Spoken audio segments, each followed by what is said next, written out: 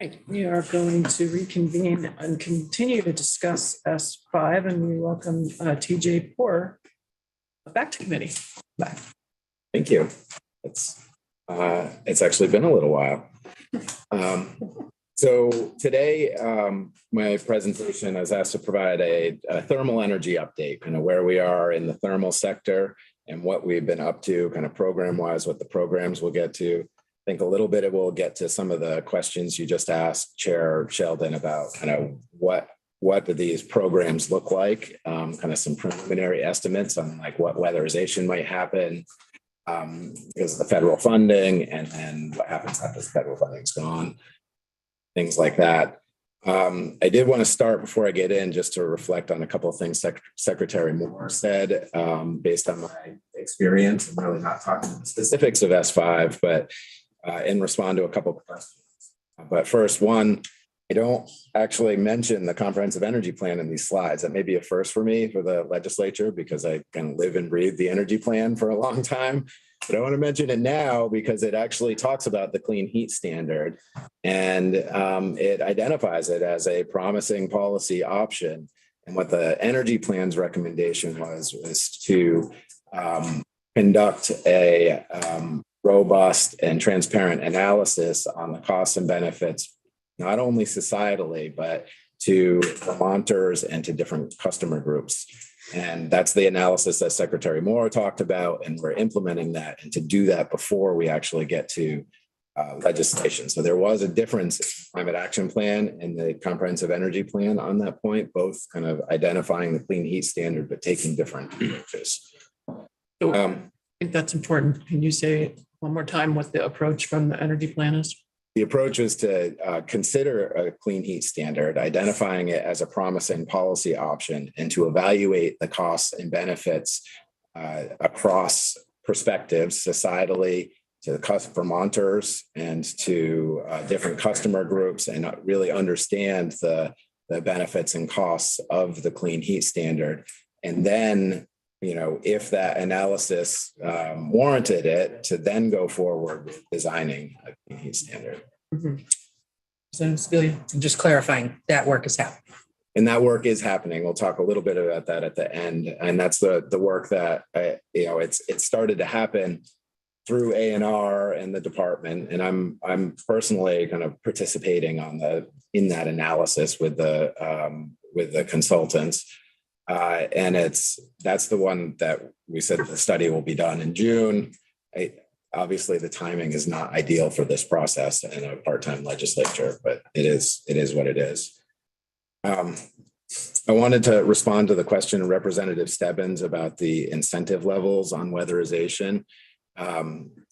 I think historically, it's been true that we've never had incentive levels for non-low income at that level. The $35 million in ARPA funds that was allocated through the department to Efficiency Vermont, we're negotiating that or putting in place that grant agreement right now. And the plans for that money that Efficiency Vermont have come up to are a 90% incentive for low moderate income customers up to $8,000. And so capped at that amount. So that doesn't mean that market rate participants, above that won't be at that level for sure. I imagine they won't be at that level. And then low income is 100% by OEO. But so I think I just wanted to put that point out there, and what that means for the analysis, I'm not exactly sure, but just to clarify. And then talk about the Efficiency Vermont corollary a lot. A lot of folks have talked about that. And I found over the last couple of years something about myself that I'm very process oriented. I didn't actually realize that until I did some retreaty type stuff. But the process, so we've talked a lot about the corollary of Efficiency Vermont and the structure, like the default delivery agent is kind of like an Efficiency Vermont structure. And the process, I think that it's important to reflect on the process for implementing Efficiency Vermont as well. And in that process, the Department of Public Service did an analysis. It had a yellow cover. It was referred to as like Old Yeller in the office. And it was like this thick. I'm using my hand. I don't know if the camera can see it, but it was thick, and it was like a really robust analysis on what it meant for ratepayer, what efficiency programs meant for ratepayers, what it meant societally, and how we should analyze it, and the design. And so again, I think of that as a corollary of the analysis that we're working on now. The other thing about when that went into place, there was a cap on the costs of the program for the first couple of years. And then the cap was eventually lifted by the legislature. So it was kind of this stepwise process that identified the costs that the legislature was willing to pay to kind of go with efficiency to implement this program to start. And they rose over time, but then they were capped, and then it was eventually lifted because the programs were so successful and great. Representative Stebbins. Thanks, Madam Chair. I'll keep it short. I understand your point about Old Yeller, which is very funny. But do you not agree that that was like 30 years ago, and now we have 30 renewable portfolio performance standards and 25 efficiency performance standards and 3 low carbon fuel standards? So it's not quite but we do have a robust example set to look at in terms of how performance standards are structured and implemented. I do agree that we've learned a lot over the last 20 years of being a leader with Efficiency Vermont and, award-winning edge programs. And so, yes, I guess my point is more on like the analysis on how that impacts the people who are going to, either be benefiting from the programs and the results, and who will be paying for it, and to understand who those who's are. So, but I do agree, there's a lot more information than we had 30 years ago. Okay, so now I'll get into the presentation. I have about half as many slides as Secretary Moore, so hopefully I'll be able to get through. I'm gonna just kind of quickly go over some thermal fuels demand stats that we had in our annual energy report, and then both demand and supply, talk a little bit about pricing, and then get into some program updates, including weatherization, what's been happening with our advanced wood heat incentives, building codes, renewable energy standard, and then touch again on that thermal policy analysis towards the end. This slide is thermal demand. On the right, you see kind of the heating fuel and propane sold in Vermont over the last 5 years. I think the real point in this slide is just a reminder that, on the left are heating and cooling degree days, and that's a measure of really just generally how cold it has been, number of heating degree days needed, and how warm it's been, number of cooling degree days. And these are indexed to a baseline of 2001. So the lines you see are a percent change from that index. And so you can see that, I think the point that I'm trying to make here is just be careful looking at any 1 year of data. You need to look at the trends. And especially with the heating oil, you can see kind of where we've gone kind of up and down, really consistent with the number of heating degree days here. So we're about the same over the last 5 years, despite some programs to address and kind of getting started with thermal programs. So where in Vermont does our thermal energy come from? Mostly fossil fuels. The chart on the left is 31% heating oil, 23% natural gas, 6% propane. That's a significant portion from heating fuels. We're about a little over a quarter renewable from wood or electric heating. There's a little bit of biofuels blended in there. Probably mixed into the other tab. I think most fuel oil has some amount of biofuels in it that kind of blended at the rack, but it's actually not tracked right now. Under 5% blended at the racks. The rack is kind of those hubs in Albany and Manchester and Quebec where fuel dealers go to get the actual fuel and bring it to Vermont. There are biofuels blended, but not tracked at all by anybody. So greater than 0, less than 5%. By sector, almost 60% of our thermal energy use is in the residential sector, but it still leaves almost 40% in the commercial industrial sector.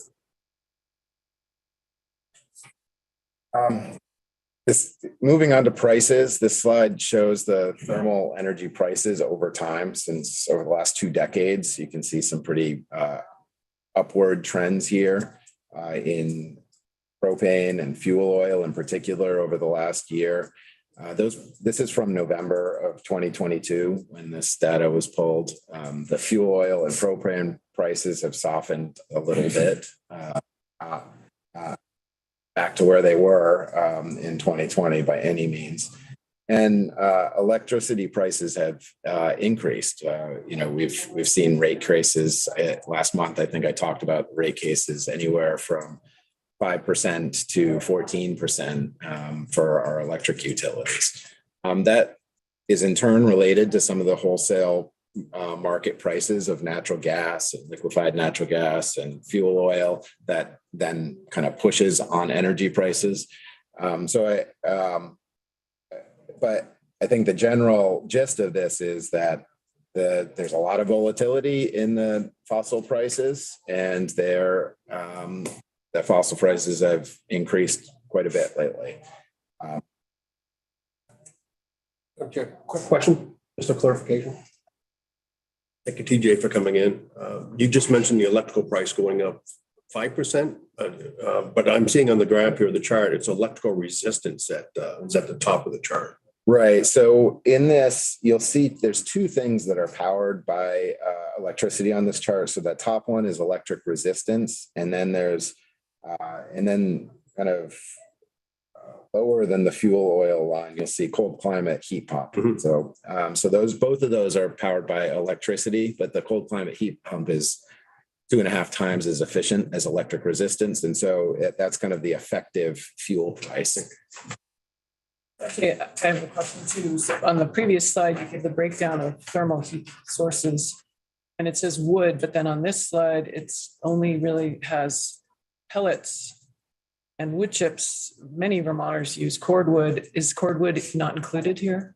Cordwood is not included on this chart. I would say it's been relatively stable. It's that one's harder to get good data on in Vermont. I can follow up with our Clean Energy Development Fund, who's done a lot of work on the wood biomass sector, but and see if I can get you any more specific data. There's a lot of people that get a lot of their cordwood on their own. That's true. Okay. Representative Smith. Thank you. Do you have any idea? I'm hearing about these new modern wood stoves that they're talking about compared to some of my wood stove is about 50, and it heats perfectly overnight, and it burns my wood into a fine little ash. What's the difference between my $300 wood stove and the new wood stoves of today? Well, I think there's a few differences. One, if you're just talking about a wood stove that's heating a space, I think they burn one more efficiently and with less particulates coming into your living space. And so there's a couple of benefits there. A lot of the advanced wood heating, if you hear that term, is for pellet boilers, for instance, that it's similar to kind of the pellet stove, but it's an automatic feed pellet boiler and kind of works with your existing forced hot water system, your baseboard heat. And so that is kind of a full-on replacement for your fossil system, right? It's a 1-for-1. You don't need to keep the fossil system as a backup. You need something to power your, if you use it for hot water, you may need to set up something. So that's what they're talking about when we're referring to advanced wood. heating is pellets? Generally, yes. Yeah, there's also wood chip, especially in the commercial sector. You know, a lot of our schools have used chips, Sure. and I think that can fall into that category. This building, Yes. yeah, this building uses chips. Thank you. And so it's a little broader than that, but on the residential scale, we're really talking about pellets. All right, thank you. Okay, so this chart takes that last one and from November 22 and kind of looks at it on the residential sector on the effective cost per and puts it on a comparable scale of MMBTUs. And again, in November 2022. And we see natural gas is the most affordable on a dollar per MMBTU basis. I will say since November, those prices have also gone up. I didn't say that earlier. On natural gas, they've had some pretty significant rate increases over the winter. And electric prices again have gone up a little bit, but we see that heat pumps on a BTU basis are relatively affordable compared to these other options. Using the same data, the chart on the right kind of translates that into average household heating costs with, you know, and it's a big range across the state, right, of what people are paying to heat their homes from $1,300 for natural gas to over $5,000 if you have kerosene. And you know, these charts, just one caveat, they don't necessarily represent kind of a blended. Lots of homeowners have multiple fuels that serve their homes, you know, heat pump that serves 30-40% and a fossil backup, or same with a wood pellet stove.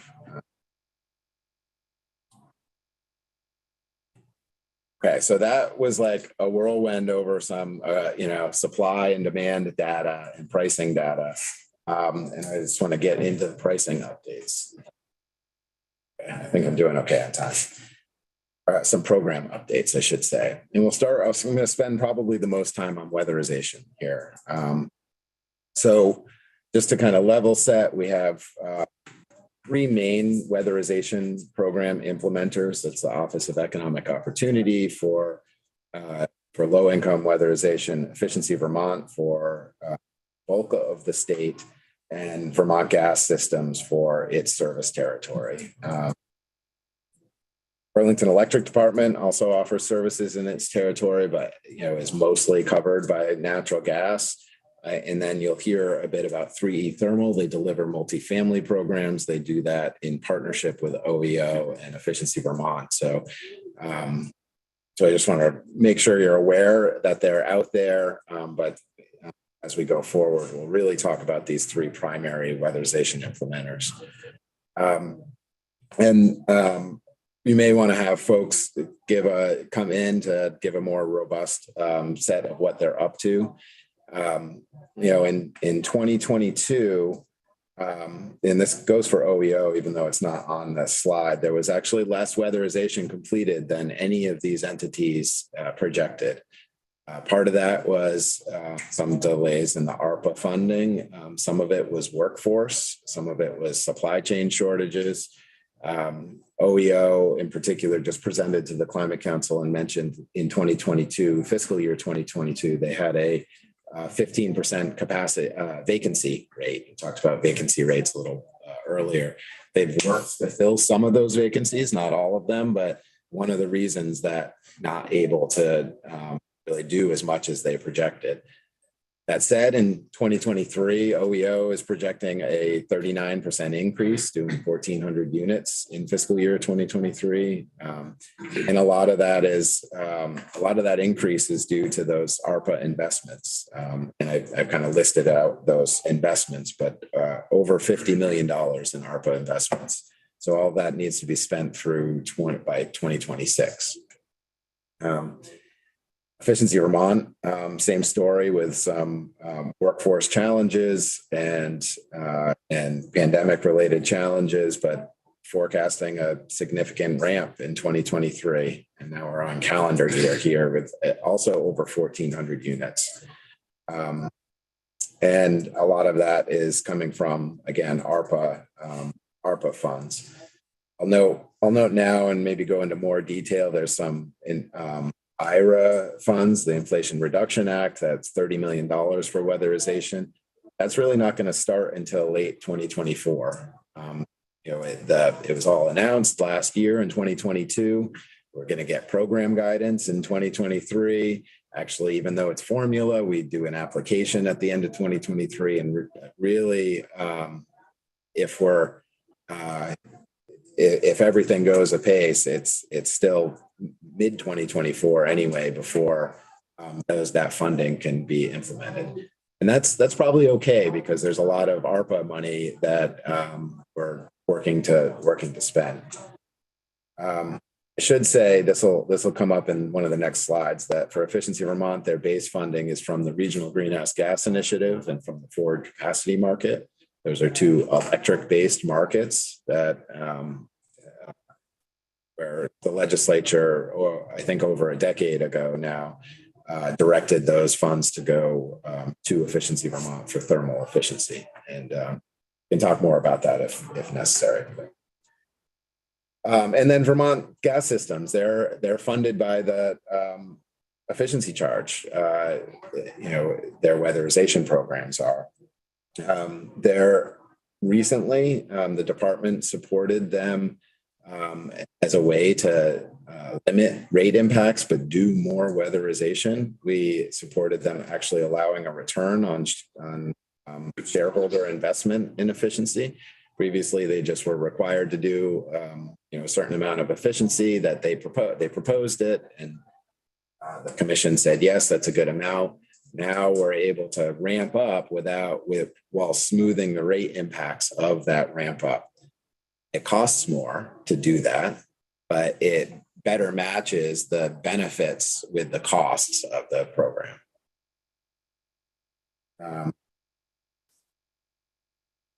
Okay, so that's it for that slide, I think. So this is a slide that I think may start to get to some of the questions that were asked at the end of Secretary Moore's presentation.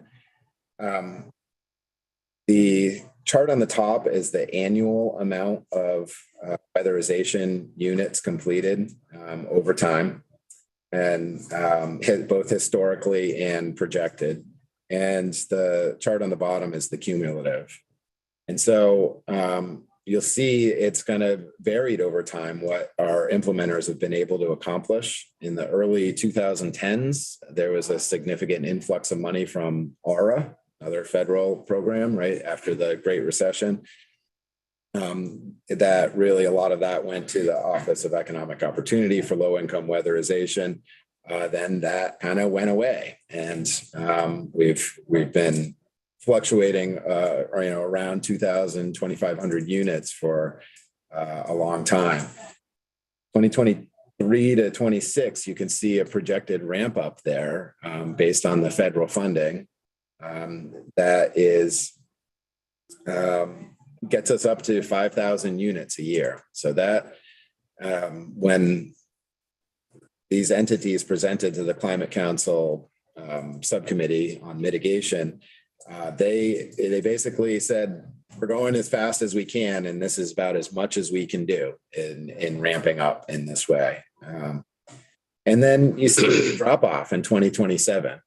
Now, if that happens in 2027, or if it's 2028, depending on how the funding flows, who knows exactly when it happens, but the point is it's going to happen. That federal money is going to go away, and we're back down to a couple thousand units a year. I think that's an important thing here as we look to develop programs going forward or encourage this market. We really need to have a sustainable program and a sustainable source. It's going to be really hard to ramp up and then lay everybody off, right? If implementers or contractors see this drop off coming, then they're going to not want to build their staff capacity, right? So this is another I think it's another issue with workforce. That just, I think it gets really stark when you see this chart this way. One other thing I'll just mention on this slide. So we have the bottom chart is the cumulative by provider, and I made the scale there 120,000 units just so you could see how even with this ramp up, how far away we are from getting to 120,000 by 2030. You can kind of see a kink in the line where there's the boost in 2024 through 2026, but then it levels out again, and we're only at a little over 60,000 units since 2008 completed. So a little more than halfway. I think it was asked, I can't remember who asked it in the last presentation, what happens if we don't hit the 2025 goal or of number of units weatherized? And this, I think that same thing is what happens if we don't get to 120,000. Then those mitigation savings need to come from somewhere else, I think is another way to answer that, right? So it's not necessarily that we don't hit our targets, it's that we need to reevaluate how we hit the targets. If I hesitate to say this because I think it's important to have a really ambitious target, but we should be cognizant of what is technically feasible and actually really achievable, and be kind of clear-eyed about when do we identify when that target is not technically possible, and pivot to meeting our reductions in a way. Do you have a suggestion for the other way?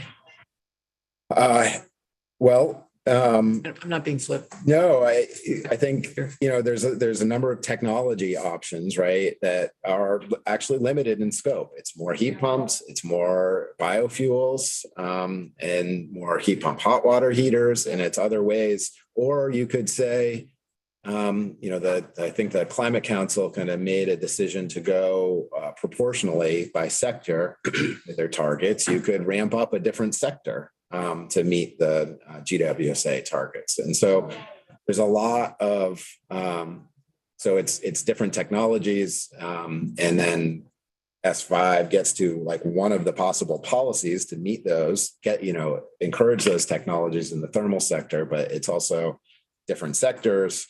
And is there room there? I think the answer is no. There's probably not room in other sectors either. They're very aggressive targets, but we just need to be clear-eyed and think about that. If, hey, we're assuming we're going to get 120,000 weatherizations, not sure when we call it, but if we're not going to make it, we need to say we need to keep going as fast as possible there and get our reductions somewhere else. I actually need to go to Representative Smith and then Sebelia. Thank you. Has the word impossible ever come into your meetings? So I'll say, originally that when the Climate Council was discussing the targets, it was 120,000 new, not including what had already, the 30,000 that had already been done. And there was significant pushback that was not going to be possible. And so then the target was chosen to be 90,000 new and 30,000 old to kind of get to that 120 number. So it came up then. I don't want to say anything's impossible. I think we can, with the right amount of money, you could probably do anything. But it's also the workers, it's the housing to house the workers. It's, there's all these interrelated issues. Oh, let me rephrase it then. With the current workforce and the current materials available, is this impossible? With the current workforce, I would say it is impossible. I don't think 700 people could do this many weatherization units. Thank you. Check in on, I believe you said we're assuming 120,000 units. I think actually we're planning for 120,000 units, which is different than Thank you for that correction. Yes. I agree with that.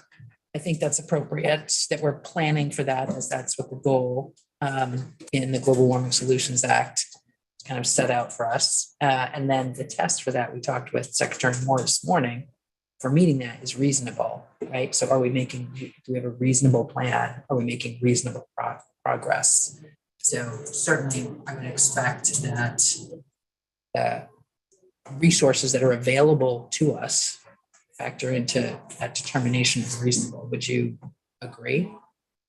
Yes, but I think I agree with what you said. I would add to that the reasonable progress it's still at some point, we need to say, where are we going to make it, even with reasonable progress? So if our reasonable progress is to 100,000 units, the mitigation reductions are requirements, right? So we have to still pivot to have a plan to get there. So it's reasonable progress. And then we may, I think, continually need to reevaluate. And the climate action, the process calls for that. We need a new climate action plan in 2025. So I think it does, it can allow for that.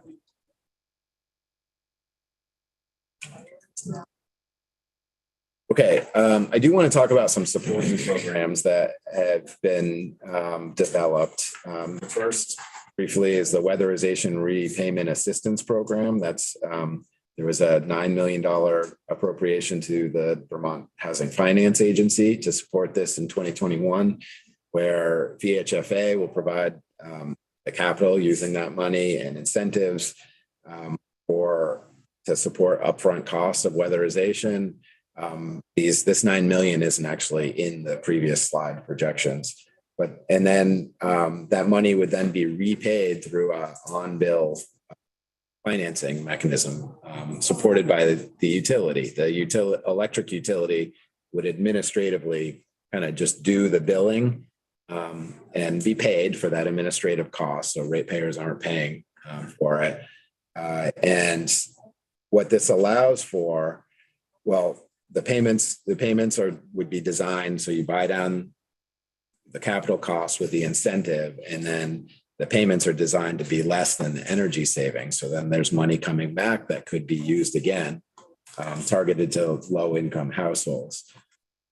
One of the things that this does is allows for the loan payment is actually to the meter. It's not in customer's name. Customer doesn't have to go take out a loan or anything. It just, the loan is assigned to the meter. So if a customer leaves, a new customer comes in and kind of assumes that payment on the meter. There's kind of reserve funds held, to cover gaps in a tenant. If there's no tenant for 3 months, there's kind of a reserve fund that covers those payments that would have otherwise been made. It's a way to allow more entities to actually, more people to actually participate in weatherization, right? They don't have to come up with their own upfront costs. They can put it to the meter. And it also, if this pilot works well and this turns into more of a full-blown program, it could become really sustainable, where those payments coming back turn into something that VHFA can use to support a bond issuance, and then have more money to put back into weatherization and do it again.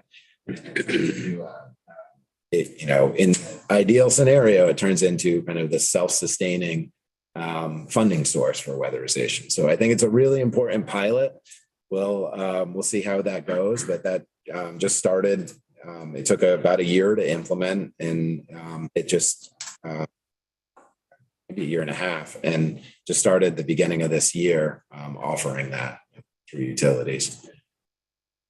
The other thing I will mention is the Weatherization and Health Initiative is something that the department organized, the Department of Health and OEO, around using some of those thermal efficiency process funds. The idea of this is to really better prove the case and support it with data that investments in weatherization support support residents' health, and particularly with low-income customers.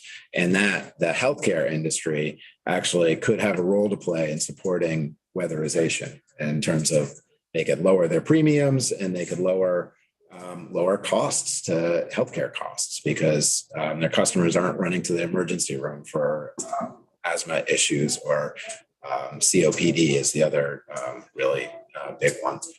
And so this is another pilot to kind of try to better prove out the concept. There's been some efforts in this over the last 5 years, but this one's really trying to focus, organize the data, and prove that healthcare should really be helping here.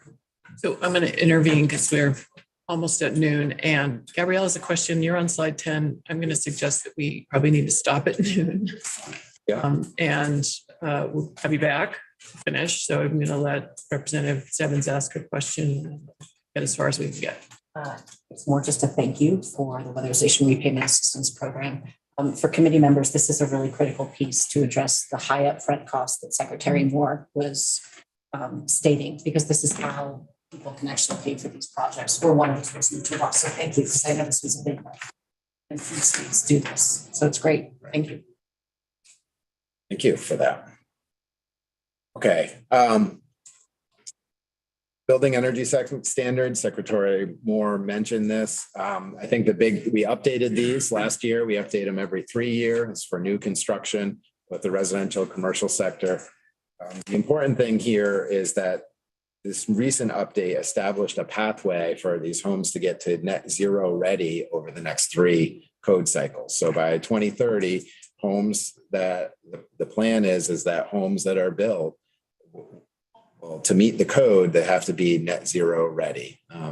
That doesn't mean they're required to put in the renewable energy to actually be net zero, but they're capable of doing that.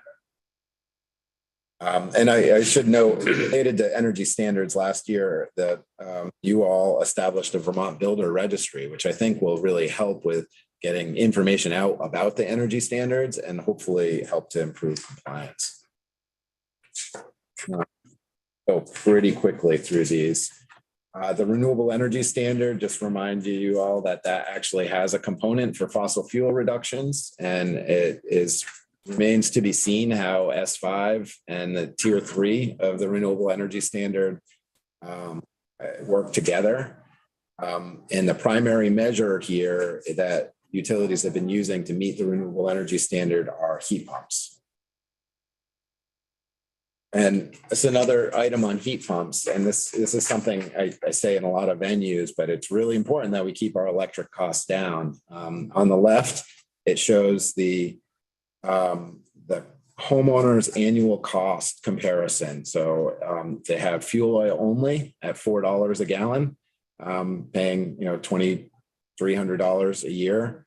If they have fuel oil with one cold climate heat pump that displaces, I didn't put the assumption on the slide, I think it's 40% of that fuel oil, then you can see their continued operating costs is it really close to what fuel oil is at $4 a gallon, right? It's in GMP, it's a little less, but this doesn't account for the cost to the customer of actually installing the heat pump. These are just kind of your operating fuel costs. And so this is another reason why it's really important to understand the analysis on what the impacts to customers are when they under a clean heat standard or any other policy that we have. As we're promoting these, we want to be sure that we're not promoting something that are going to increase costs for customers.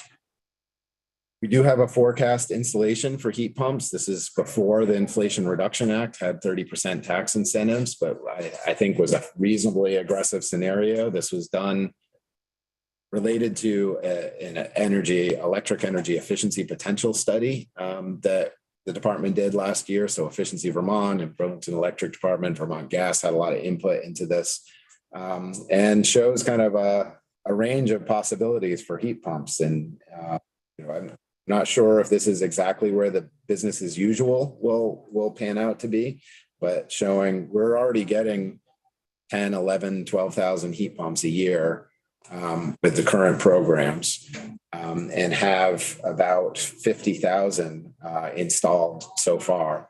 So if we're getting 10,000 a year, we should be at 120,000 by 2030. If the rate increases when costs come down, the tax credits are in place, then we're at 150,000, 160,000 by 2030 under the business as usual scenario. So I think this is a technology that's coming. It's doing well with the incentives that we have now.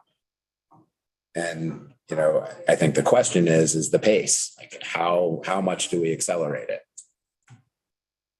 And then I have 2 more slides. So I don't know what. 3 more minutes. We'll see. Advanced wood heat. Our clean energy development program has had limited funding over the last several years, but has been supporting those advanced wood heat units. We have over 400 of them now, and you could see Q3 of 2022, we had a real increase in the installations by quarter. A lot of that has to do with the additional ARPA funding that has been used. Some of it was directed to the Clean Energy Development Fund. Renewable natural gas. Vermont Gas's alternative regulation plan allows for the procurement of renewable natural gas. The department has successfully advocated that they cannot pay more than the social cost of carbon for this. I think for PR reasons or whatever reasons, if they had wanted to just say, we're becoming more renewable, it's kind of consistent with our position. It's yes, that's good, but not at any cost. And we use the social cost of carbon as developed by the council to put kind of a cap on that. And then what we also advocated is that's the cap. And you also need to be cognizant of rate impacts, because the social cost, and the social benefits accrue to everybody societally outside of Vermont's borders globally, right? But then the costs are all borne by Vermont ratepayers. And so we need to look at both the societal impact and the Vermont impact. And those are how we measure that based on the carbon intensity of the resource. That's a big slide on federal funding and all the things we're doing. And I actually already mentioned most about the thermal analysis that we're doing. We're at the stage where they've narrowed down the policy options that they're going to look at quantitatively. A clean heat standard is one of them. Of course, that was kind of the impetus of this, but also just expanding our existing programs, and that combined with a fuel surcharge. What are the differences in the program administrative costs and how that affects people?